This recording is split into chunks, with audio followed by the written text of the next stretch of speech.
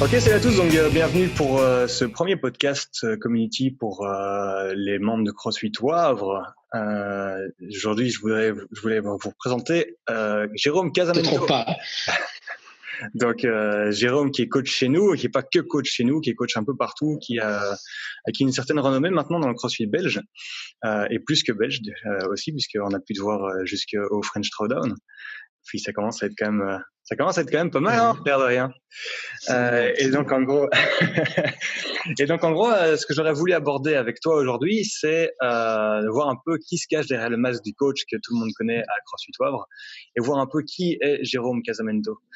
Donc avant le CrossFit, tu avais déjà une carrière d'athlète derrière toi, dans un sport complètement différent, et je voudrais que tu nous en parles. Ouais.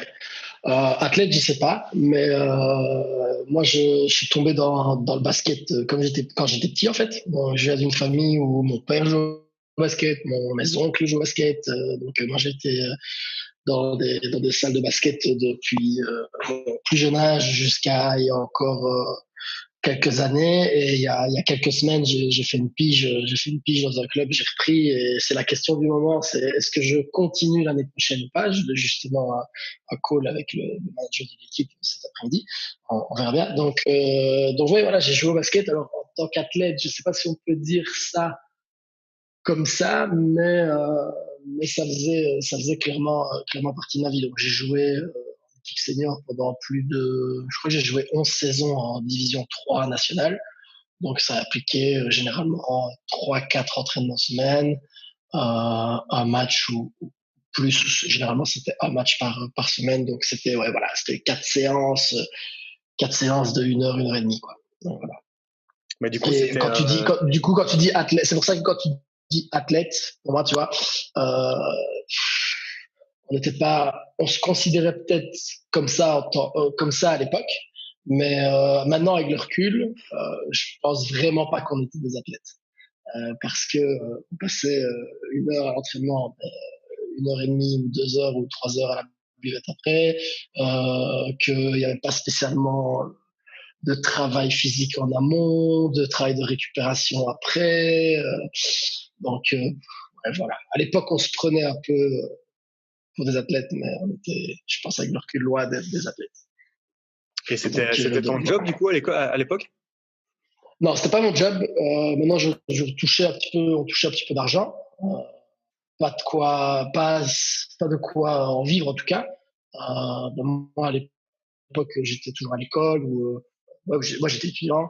Donc du coup, c'était cool parce que ça me payait mes sorties, mes restos, mes loisirs, ma voiture, mon essence.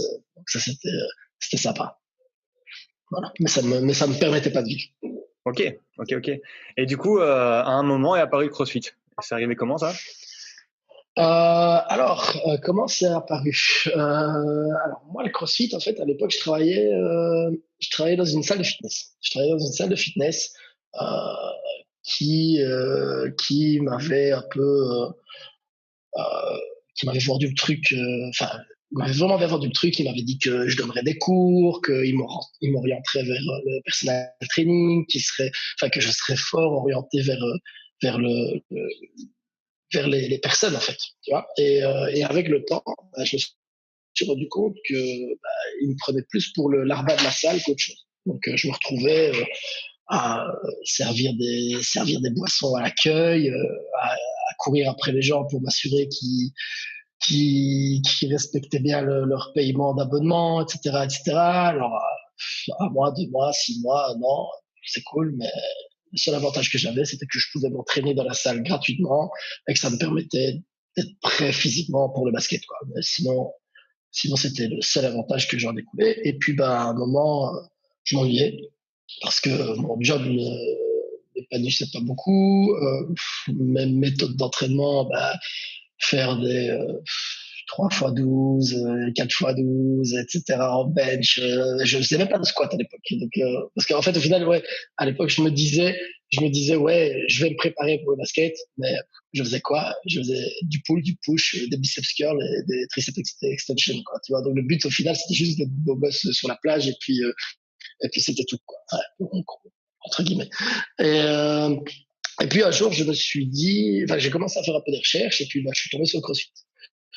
Et à l'époque, la seule box de CrossFit qui était ouverte en Belgique, la seule box de CrossFit qui était ouverte près de chez moi, c'était à Namur. C'était CrossFit Ouais. Namur. Et C'était un des premiers. Hein. On était quoi? On était en 2012, je crois 2013. je crois que c'est la première box.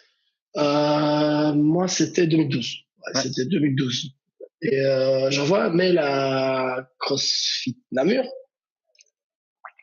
pour aller faire un essai, etc. Ils me répondent et comme quoi, des fois c'est bien fait. Dans la semaine, euh, je vais voir un match de basket et un pote à moi me dit alors écoute bien, donc il avait un coloc à l'époque, qu'un mec est venu rechercher son frère chez lui parce que son coloc faisait une soirée, etc. Et que ce mec en question allait ouvrir une salle de CrossFit à Liège. Je fais, ok, t'as pas son numéro, t'as pas son nom, etc. Il me file son numéro. Et boum, c'était Tanguy Hardy. Et Tanguy Hardy, c'est celui qui a ouvert la salle avec Émilie Boufflette. C'est celui qui a ouvert la première salle de CrossFit dans la région liégeoise. Donc je le contacte et puis de là, on se voit, on a un rendez-vous. Et puis il me dit qu'il va ouvrir la salle. Il veut pas me dire où parce que voilà. Et puis il me dit bah écoute, viens mettre les tapis, viens monter la cage, etc., etc. Et on est en, je crois, septembre 2012 à ce moment-là, ouais. Et à ce moment-là, il me dit, bah, viens nous aider. Et puis, si ça te plaît, bah, peut-être que septembre 2013, Okay. un an plus tard, peut-être qu'à ce moment-là, j'aurais besoin de coach. Il a ouvert officieusement en décembre 2012. Moi, je commençais mes premiers WOD de CrossFit en 2012. Et je crois que en janvier 2013, je coachais déjà parce que il avait, non pas parce que j'étais au-dessus en coaching ou quoi, mais parce qu'il avait juste été submergé d'abonnements et de personnes, parce que ça a complètement explosé à Liège dès qu'il a ouvert. Et donc, du coup, 15 jours après l'ouverture, je crois que je coachais déjà, quoi. Alors après, c'était un peu la catastrophe, mais du coup, je coachais déjà. Et puis, bah, au fur et à mesure, bah, j'ai très vite passé mon level 1. Mon level 1, il date de 2013, je crois, avril 2013. Ouais, quelque part par là. Et puis, un an ou deux après, j'ai passé mon niveau 2. Et je crois que j'ai répondu à ta question. Ouais, je suis pas sûr. si, tout à fait, tout à fait. Et donc, du coup, ça, c'est ton parcours dans la découverte du CrossFit. Et dans les discussions qu'on a déjà eues ensemble, on a déjà pu parler du fait qu'en gros, pour toi, la barre, ça a été quelque chose qui a été tout à fait, très vite naturel. La gym aussi, quelque chose qui a été très, très, très, très vite naturel. Et que donc, en gros, il y a eu pas mal de déséquilibres qui ont pu s'installer au départ, parce que, en gros, si je me souviens bien de ton parcours, en gros, tu as pris une première barre, ton premier snatch était à 70 ou à 80, et puis le 100, il est très, très vite arrivé. Ouais, c'est très vite arrivé. Après, ouais, c'est très vite arrivé à partir du moment où je me suis entraîné, quoi. Donc, quand j'ai commencé le CrossFit, les 6-7 premiers mois, je faisais, vu que je travaillais toujours dans la salle de fitness, j'allais faire un WOD par jour, comme n'importe qui peut le faire là maintenant, après mes heures de travail. Et j'avais pas d'objectif bien précis. Le but, j'étais encore dans la découverte, on va dire, tu vois. Et puis, quelques mois plus tard, je me suis dit, ouais, putain. Enfin, il y avait plein de choses qui me frustraient. Donc, du coup, j'ai commencé à m'entraîner un petit peu plus, de manière un peu plus spécifique, etc. Et puis, ouais, il y a des choses, comme tu dis, qui, pour moi, ont été très accessibles. Tu vois, genre, il y avait des fois, même au début, quand j'ai commencé à coacher, j'arrivais pas à comprendre que une personne lambda puisse pas faire 5 tractions. Tu vois, parce que pour moi, il suffisait de se pendre et de se tirer et voilà, je n'arrivais pas à comprendre plein de belles choses. Donc, je dis 5 tractions, même 5 pompes, tu vois, j'arrivais pas à comprendre comment c'était impossible pour certaines personnes. Parce que oui, il y a des choses qui me paraissaient relativement simples et donc du coup, voilà, genre après avoir passé, on va dire, ma phase de découverte, elle a duré peut-être 6-7 mois. J'ai commencé à m'entraîner un petit peu plus sérieusement. Je suis pas sûr que tu aies connu Julia Larivière. Ça te dit quelque chose, toi? Larry? Ça te dit rien? Non. C'était un militaire qui était passionné par le CrossFit, euh, qui tout doucement, il a commencé à nous coacher. Émilie Boufflette, moi et d'autres. Il a commencé avec Émilie, je pense. Puis ça a été la toute première programmation en Belgique. Sauf qu'il n'a pas vraiment voulu la commercialiser parce que vu qu'il était militaire, il avait peur de se faire dépouiller aux impôts, etc. Enfin voilà, il a eu un petit peu peur de ça, mais c'est dommage parce qu'il faisait ça très bien. Et donc du coup, il a commencé un peu à programmer pour nous. Et ouais, et de là, il y a plein de choses qui m'ont paru accessibles. Donc oui, je suis passé d'un snatch à 50, 60 kilos à 100 ouais, peut-être un an, même pas quoi. Ouais, un an. Donc ouais. Ok, donc du coup, quels ont été les gros défis pour toi à partir du moment où tu as voulu progresser dans le CrossFit? Les défis, c'était... il y avait plein de choses, mais je manquais de force en fait, tu vois. Le deadlift, c'était horrible, ça l'est toujours maintenant, sauf que mes barres sont quand même un peu plus hautes. Tout ce qui était deadlift, squat, ramer. On en parlait hier sur le live avec Facundo, mais je t'assure, j'ai vraiment trié, j'ai vraiment retrouvé des vidéos de moi qui datent il n'y a pas si longtemps que ça, genre il y a 2 ans et demi. Je voyais juste ma manière de ramer sur un rameur était catastrophique. À l'époque, il n'y avait pas encore tout ce qui était assaut bike, ski, etc. Donc, j'avais pas encore la chance de savoir que j'étais pas fait pour ça. Ouais,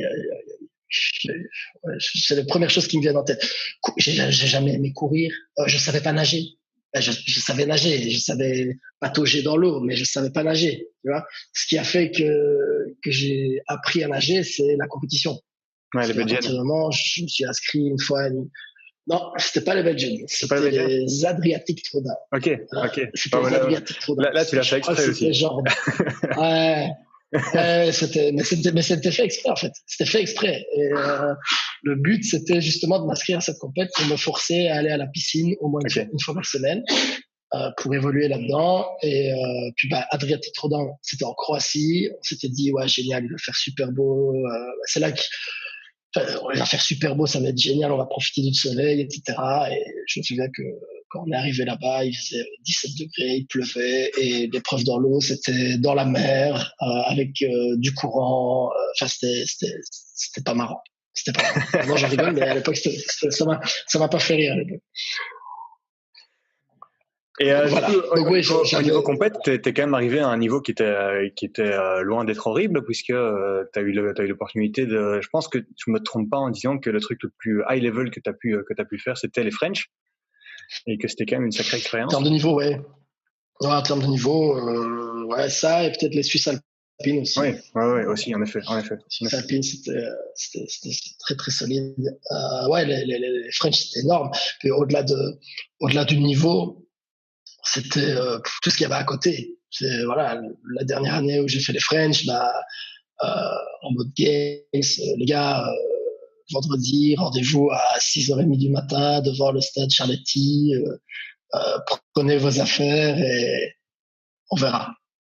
Et voilà, tu montes dans le car, tu sais pas où tu vas, à gauche, je sais quoi, à droite t'as Osanga, c'est un pote à moi maintenant, mais voilà, à droite, j'étais assis à côté de Steph, devant t'as Willy George, à côté t'as Gamel Marc, c'est sympa, tu vois, c'est sympa. C'est sympa. Et donc du coup maintenant, ouais, c'était énorme. Et donc du coup là, donc c'est par rapport à ton évolution en tant qu'athlète qui t'a amené là maintenant à avoir un niveau qui est loin d'être ridicule, vraiment. Je sais que t'aimes pas beaucoup en parler, mais c'est loin d'être un petit niveau quand même. Et puis en tant que coach maintenant, tu te retrouves à travailler sur plein de plans là. Ouais, je suis à... désolé, il y a la bête qui me saute dessus. Je suis on peut me retrouver dans plusieurs box. Une fois, enfin, c'était pas spécialement quelque chose qui était prévu à la base, mais la vie a fait que j'ai dû faire des choix à un moment, et les choix c'était soit d'essayer de continuer à faire quelque chose que j'aimais faire, c'est-à-dire coacher, soit de faire comme tout le monde, de trouver un boulot, faire un 8-4 et de aller m'entraîner avant ou aller m'entraîner après ou avant et après le travail. Moi, j'ai décidé de rester dans le coaching et je m'en plains pas, ça se passe super bien. Et puis moi, ça m'aide à me sentir bien aussi parce que j'aime pas, je suis un peu un espèce d'électron libre. Tu vois, j'aime pas trop d'être dans une routine où il faut toujours, enfin voilà, t'as toujours les mêmes choses à faire, répéter toujours les mêmes choses.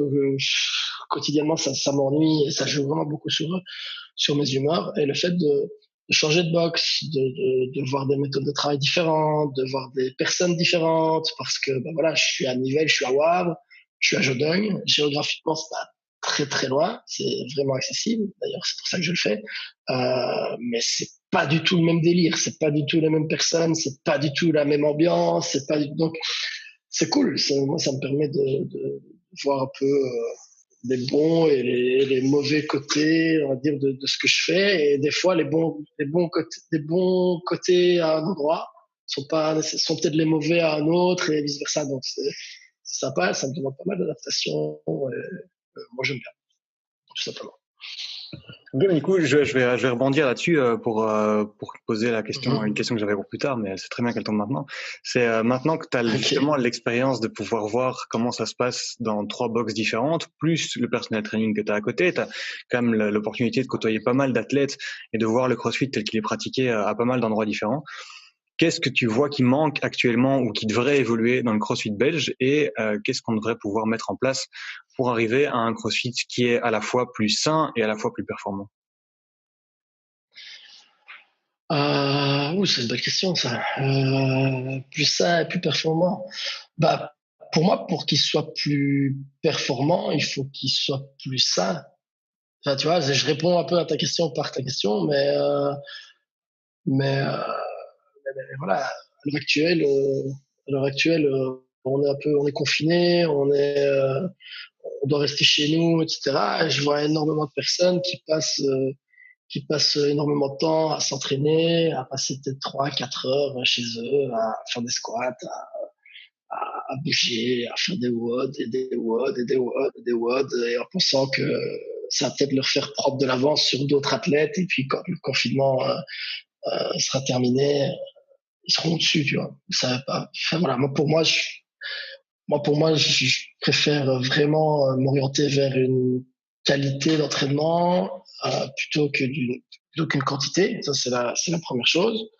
Euh, et puis, je pense aussi que c'est très, très important de pouvoir prendre conscience de ce qu'on est capable de faire dès le départ et de pas nécessairement s'entraîner parce que, comment dire, voilà, à l'heure actuelle, les gens qui veulent performer dans le CrossFit, qu'est-ce qu'ils font? Ils vont sur Internet, ils prennent une prog qui va durer, si ça va vite, ça va durer 1 heure et demie, 2 heures. Si ça prend plus de temps, ça va durer 3 heures et demie ou 4 heures de ta journée. Ça va prendre 3 heures et demie ou 4 heures de ta journée. Et parce qu'il est noté qu'ils doivent s'entraîner 3 heures et demie ou 4 heures sur la journée, ils vont s'entraîner 3 heures et demie ou 4 heures sur la journée. Alors que bah, ils oublient que ça, c'est fait pour Willy Georges, qui est payé pour. Je sais pas pourquoi je parle de Willy Georges. Je pourrais dire phrase Là, un il y peu a un petit truc avec lui. Hein, okay. Non, même pas. C'est parce qu'on a parlé de French tantôt, tu vois. C'est parce qu'on a parlé de French tout à l'heure, mais je pourrais en citer plein d'autres. Tu vois, mais voilà. C'est fait pour des athlètes comme ça. Il faut savoir que je me mets absolument pas dans cette catégorie d'athlètes-là. Okay, c'est fait pour des athlètes comme ça qui ont le temps de s'entraîner et qui sont payés pour s'entraîner et qui vivent pour s'entraîner. Okay, et je pense vraiment que toutes les personnes désireuses de vouloir participer à des compétitions, qu'elles soient petites, moyennes, internationales ou autres, doivent vraiment prendre conscience qu'il est important qu'elles écoutent leur corps. Tu vois, voilà, moi, il y a des fois, j'ai mal au dos, parce que ça peut arriver. Ok, pas de chance. Mon programme d'aujourd'hui, c'est 5 fois un deadlift à 90%. Bon, ben, on va peut-être faire autre chose, hein. Tu vois, on va peut-être pas le faire. Tu vois, et, et je pense que moi, c'est ce qui a fait un peu que je suis dans le circuit depuis 7 ans en fait maintenant. C'est ce qui fait que ça fait, bah oui, c'est vrai. C'est ce qui fait que je suis toujours là depuis 7 ans et qu'à l'inverse, il y a plein de gars qui étaient il y a 7 ans, 6 ans, 5 ans, peut-être plus forts que moi, mais que maintenant on les voit plus, ils sont plus là parce qu'ils se sont flagués, parce qu'ils se sont entraînés 5 heures sur leur journée, mais qu'en plus de ça, ils avaient un boulot où ils devaient se lever à 6 heures du matin, puis ils avaient un boulot physique, et puis ils devaient gérer un gosse, une femme, ils dormaient 3 heures par nuit, 4 heures par nuit, et puis il y a un moment où ton corps il explose, et voilà. Donc, de nouveau, je crois que j'ai répondu plus ou moins à ta question. Ouais, mais c'est super important, je pense, ce que tu dis là, et je pense que c'est quelque chose que tout un chacun doit pouvoir entendre, que ça aille du pratiquant CrossFit qui vient s'entraîner 3 fois par semaine à celui qui s'entraîne 6 jours par semaine avec un jour off et un jour de récupération active pour pouvoir se dire qu'il va aux Games. C'est vrai que il faut pouvoir se dire que les programmations, que ce soit celle de la salle ou que ce soit celle que tu achètes et que tu suis à côté, ce sont des programmations qui sont faites pour des top athlètes. C'est que le principe du scaling, il fonctionne pour tout le monde, et que le principe d'écouter son corps fonctionne pour tout le monde. Il faut pas oublier que les gars comme, on va reprendre l'exemple de Willy George, puisque tu le citais. On peut prendre l'exemple de Fraser, on peut prendre l'exemple de Tia, et de toutes ces personnes-là. Ce sont des personnes qui ont un team médical autour d'eux, et dans leur routine quotidienne, il y a de la maintenance. Il y a de la maintenance. Il faut se dire qu'en gros, j'avais vu un reportage sur, je crois que c'était sur les Games il y a 2 ans, où on suivait un peu les athlètes avant les Games, et où on voyait qu'en gros les gars sur le temps de midi, ils se lèvent le matin, ils s'entraînent sur le temps de midi, ils ont rendez-vous avec leur chiro, avec leur masseur, avec leur médecin. Voilà, ça fait partie de leur routine quotidienne. À partir du moment où t'as pas ça pour te suivre derrière, faut pas espérer que ton corps va te suivre si tu décides de foncer à 160 sur l'autoroute toute la journée, quoi.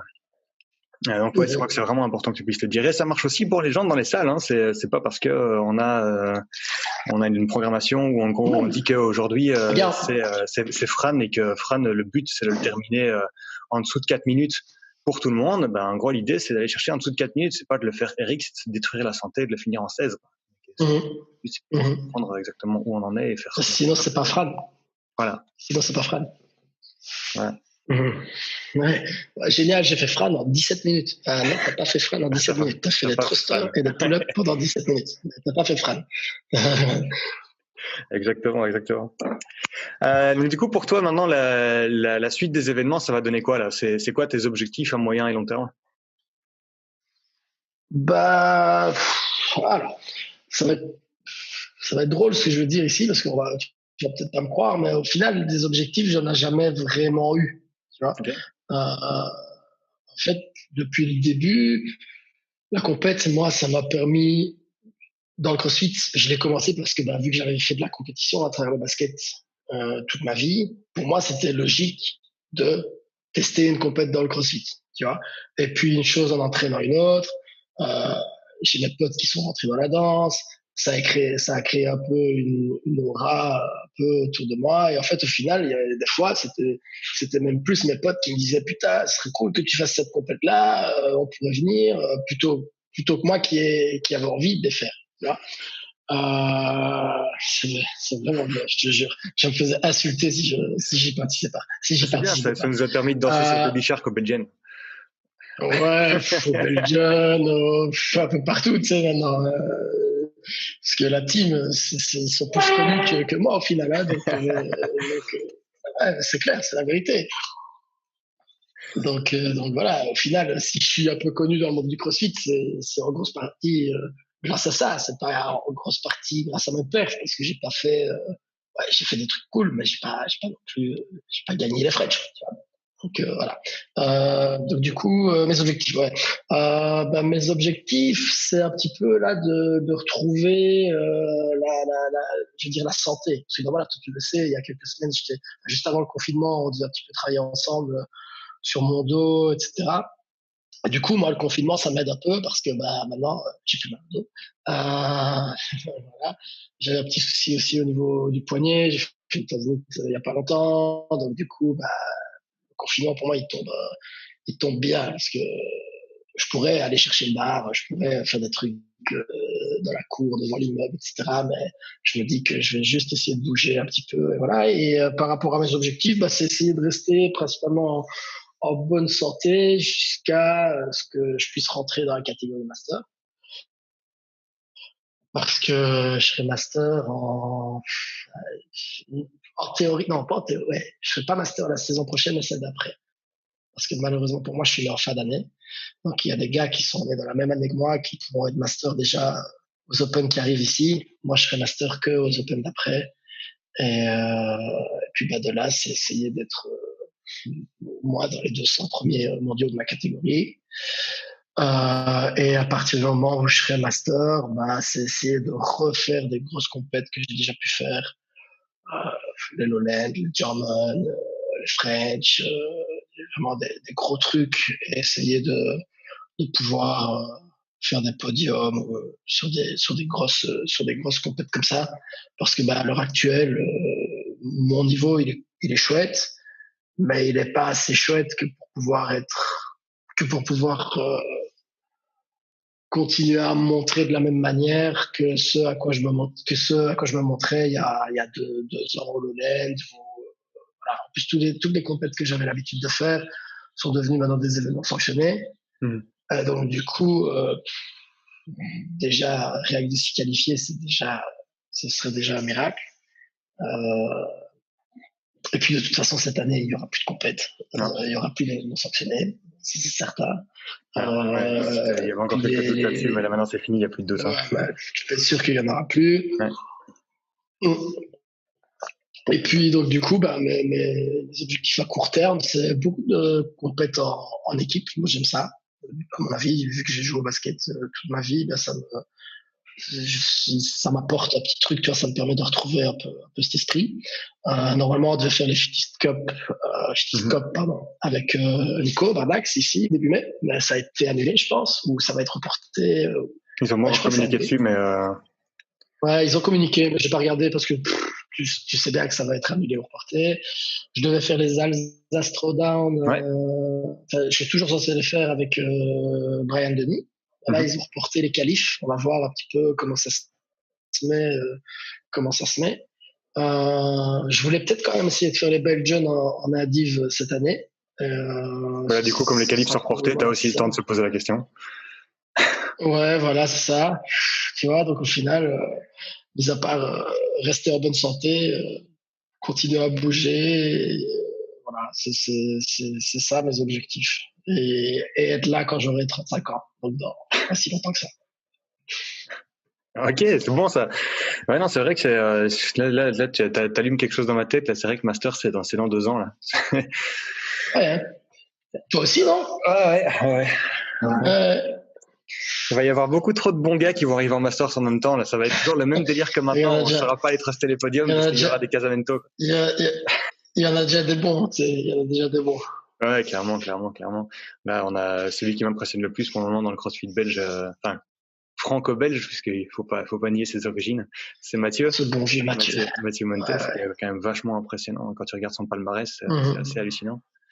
Le gars qui prône la santé de partout avait décidé une année de se faire le plus de podiums possible et qui a réussi à se faire 10 podiums sur un an.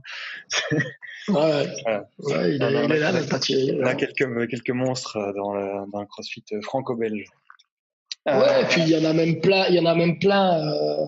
Au-delà des masters, il y a même plein de gars qui sont là, mais qu'on voit pas forcément sur des compètes, tu vois.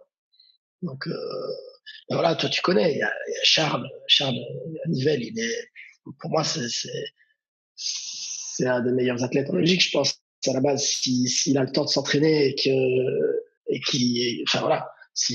a le temps de s'entraîner, top 3 belge sans problème. Il y en a ou deux en Flandre aussi qui font pas les Open. C'est des gars, s'ils sortent, ils sont monstrueux. Il y a encore plein d'autres gars. Cette année, les Open en Belgique, il manquait 7-8 gars faciles. Hein. Des gars qui reviennent de blessures aussi. On a quand même un bon petit niveau général par rapport aux petits pays clairement. par rapport à la France ou d'autres grosses nations.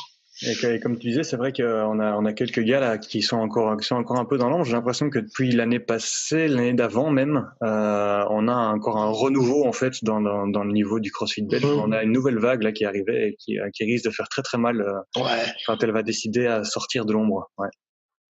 Ouais, c'est clair. C'est clair, c'est clair. Ok, et donc là on a parlé de ton passé, on a parlé de ton actualité, et en gros on a parlé de tes envies en tant qu'athlète. Quelles sont tes envies en tant que coach dans l'avenir? Bah, en tant que coach, c'est de continuer à travailler dans des structures qui me plaisent, comme je suis en train de le faire là maintenant, et voir un petit peu les opportunités que j'aurai à travers ces structures-là. J'ai pas d'envie d'ouvrir une box ou un truc du genre, contrairement à ce que beaucoup d'athlètes ont envie de faire. C'est pas du tout dans mes envies. Parce que bah, pour avoir ouvert une box, je sais que c'est pas une chose facile et c'est pas ce qui permet spécialement de s'entraîner plus ou d'avoir moins de soucis, d'avoir un boulot super cool, etc., etc. Tu vois. Donc ouais, non, c'est continuer à travailler dans des structures qui me plaisent, qui me font confiance et qui me permettent de rester un coach épanoui et content d'être là. Tu vois. Donc je pense que c'est l'équilibre que j'arrive à trouver depuis quelques mois là maintenant. Donc voilà, j'ai pas d'objectif bien défini parce que ce que je suis en train de vivre pour le moment me convient parfaitement, donc j'en suis très content. Donc voilà, que ça puisse continuer comme ça pendant quelques années, je serai très très heureux. Excellent, nickel. Bah, franchement, je crois que je peux parler au nom de la team de CrossFit WAF pour dire qu'on est très très content de t'avoir dans la team aussi. C'est un plaisir de pouvoir bosser avec toi. Et donc si toi ça peut t'apporter ça peut t'apporter de l'épanouissement, bah, top, nickel. On fait grandir de deux côtés. Au final, je pense que tout qui coach dans le CrossFit coach par passion, coach pas coach de CrossFit parce qu'on a envie de gagner 10 000 euros par mois. Tu vois, donc oui, le jour où je la gagnerai, je serai super content. Tu vois, mais j'en suis là. Et tout comme on n'ouvre pas une. Ouais, c'est ça. Et tout comme on n'ouvre pas une box de CrossFit pour gagner 10 000 euros par mois. Tu vois, et c'est ce que les gens pensent maintenant. Tu vois, comme des fois certaines personnes voient des box. Je parle pas pour voir, hein, je vois plein de forums, je vois plein de choses. Enfin, je suis dans plein de groupes de CrossFit. Et puis avec le confinement, etc., les histoires de continuer à payer les abos, ceux qui pensent qu'on devrait, ceux qui ne devraient pas, qu'on ne devrait pas, etc. Il faut se dire que voilà, tu fais pas ça pour gagner, pour devenir millionnaire. Tu fais ça par passion. Donc du coup, moi, si ça peut me permettre de vivre comme j'en ai envie, c'est-à-dire de mettre un toit au-dessus de ma tête, de mettre à manger dans mon assiette, de voyager un petit peu de temps en temps, et de continuer à faire ce que j'aime faire. Donc passer du temps à la boxe, m'entraîner, voir des gens cool qui se prennent pas la tête. Oh, ça me suffit, hein. J'ai pas besoin de plus. Hein. Donc, voilà. C'est une super belle philosophie. Bah ouais, tu vois, j'ai rien inventé, tu vois, j'ai pas commencé à. On m'a déjà dit, ouais, Casa, tu devrais faire ci, Casa, tu devrais faire ça, ouais, c'est cool. Mais moi, j'ai rien inventé, hein. Généralement, ouais, je pourrais passer beaucoup de temps sur YouTube, faire des trucs, des tutos, mais mes tutos, ce serait jamais que répéter les tutos que je regarde, tu vois, ou des vidéos qui ont peut-être disparu avec le temps parce que c'est des gars qui sont plus connus maintenant pour les personnes qui commencent le CrossFit. Tu vois, je sais pas, je pense à voilà, je vois énormément de vidéos faites par des crossfitters du moment. Ok, c'est cool, mais on regardait les mêmes de Carl Paoli il y a 5 ans. On regardait les mêmes de Jason Calipad il y a 5 ans. C'est la même chose. C'est bien, continuez à le faire. Ça propage des beaux messages, c'est important. Mais voilà, moi, j'ai pas besoin de plus. Donc, voilà. Nickel. T'aurais un dernier mot pour tous les gens qui nous écoutent et pour les athlètes de Wavre? Bah, vous découragez pas avec le confinement. Continuez à bouger. Profitez-en pour ces super bateaux parce que vous avez sûrement lu ça ou vu ça plein de fois sur des réseaux sociaux ou autres. Mais continuez à occuper votre esprit. Lisez si vous aimez lire. Regardez Dragon Ball Z si vous aimez ça. Ouais, tu vois. Bougez un peu quand vous en avez l'occasion et si vous en avez un peu, si vous avez l'espace, profitez-en pour faire des choses que vous aimeriez faire en temps normal, mais que vous ne pouvez pas parce que vous n'avez pas de temps. Et courage à ceux qui bossent, parce qu'il y en a encore qui bossent. Il y en a une petite là qui est dans le canapé, tu ne la vois pas, elle dort. J'en ai une autre aussi. Elle est là, elle est dans le canapé, elle dort, elle revient de sa nuit. Donc voilà, courage à tous ceux qui travaillent et voilà, profitez. Ouais, d'accord. Merci Kaza pour ton temps. Merci à toi. Alors, on se revoit. J'en ai plein du temps, donc avec plaisir.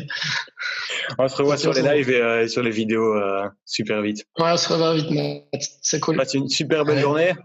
Merci toi aussi. Salut. Ciao, ciao. Ciao, ciao.